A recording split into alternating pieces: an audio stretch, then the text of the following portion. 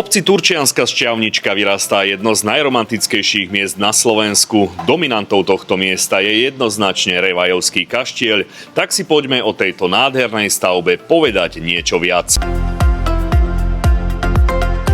Stojíme pri Revajovskom kaštieli, pri mikrofóne máme dizajnéra Šimona Mišurdu. Kto, kedy, prečo postavil tento kaštiel? Kaštiel postavili Revajovci. Revajovci boli dedičnými županmi tejto stolice, turčianskej stolice. A samozrejme, ako hrady vychádzali z módy, tak si Revajovci začali stavať luxusné sídlo, a kde mohli ukázať svoje bohatstvo. Vy ako dizajnér ste si určite prezreli každý kút. Čo vás tak fascinuje, alebo čo vás tak zaujalo na tejto stavbe? Kaštiel v tejto doline je nádherne prepojený s obrovským parkom, ktorý sa vlastne dodnes zachoval.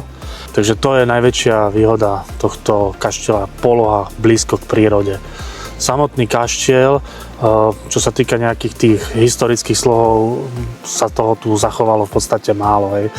Je to v podstate spôsobené klasickou históriou toho socializmu, že v podstate sme si nevážili to dedičstvo a zostali po tých kaštieľoch len ruíny. Takže toto v podstate postavilo sa ako Fénix popola. Hej. Ten popol je taký symbolický, pretože kaštiel vyhorel, ako sme sa bavili. Okolo roku 1910 bol kaštiel vyhoretý a Revajovci v podstate ho prerobili do tejto podoby.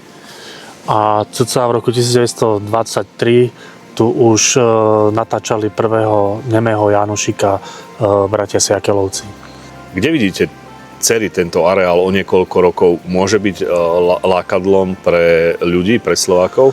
Kaštiel je vo výstavbe, park sa upravuje a už pri tých kontrolných dňoch je proste vidieť, že ľudia sú nadšení z toho, aký pokrok sme urobili a sú nadšení aj z toho, že je tu v podstate kľud, to ticho, ktoré určite budú ako klienti vyhľadávať. Aj s malými deťmi, takže kaštiel má obrovský potenciál a spojení s tým, že tu budú naozaj tie služby aj s tým wellnessom, tak to môže byť veľmi zaujímavé pre klientov.